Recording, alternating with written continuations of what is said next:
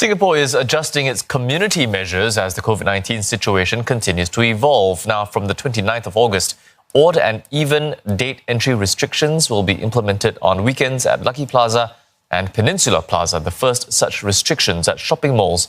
The multi-ministry task force said this is to better manage crowds and ensure that safe distancing can be observed. Cheryl Goh tells us more.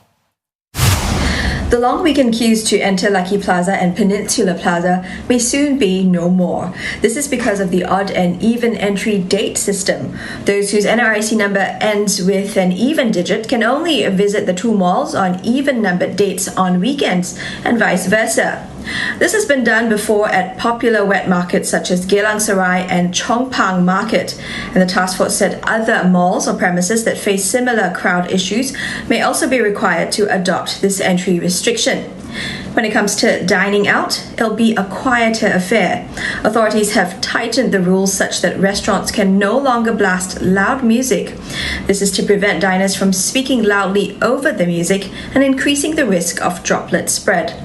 The public has also been urged not to book multiple tables of 5 for large gatherings. Only members of the same household larger than 5 may do so. Singaporeans can and should continue to keep fit during this time, and group exercises for up to 50 can be held at more public facilities from 1st September, including open spaces at Sport SG centres and HDB common areas, as long as participants are registered and safe distancing observed. Where we need to, we will put in additional measures to enhance compliance and close gaps. Similarly, we may adjust existing measures as the situation evolves.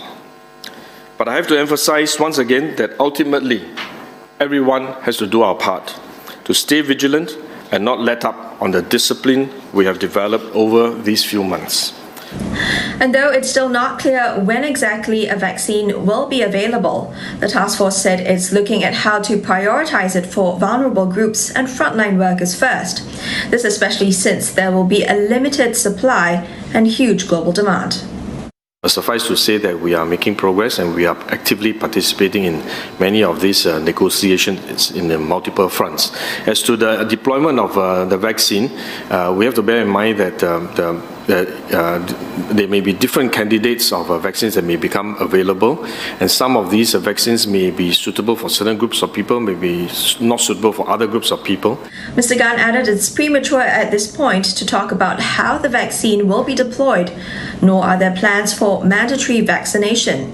Those decisions will be made when the vaccines become available.